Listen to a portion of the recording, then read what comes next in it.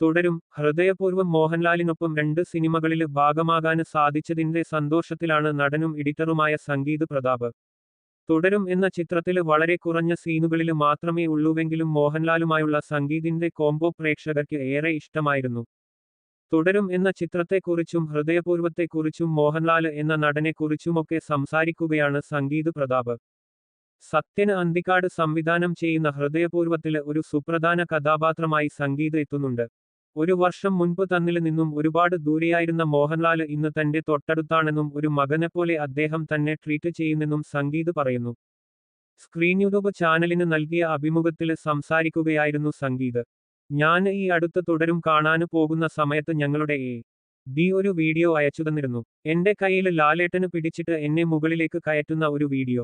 1 വർഷം മുൻപ് ഇതേ ദിവസമാണ് ഞാന് മോഹൻലാല് എന്ന വ്യക്തിയെ ആദ്യമായി കാണുന്നത്.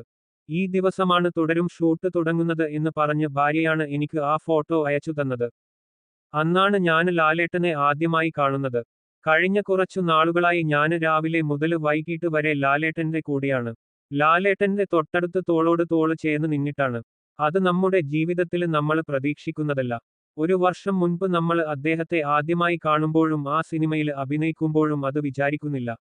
ലാലേട്ടനെ ഒന്ന് കാണാമെന്ന ആഗ്രഹത്തിന്റെ പുറത്ത് ചെയ്ത സിനിമയാണ് തുടരും.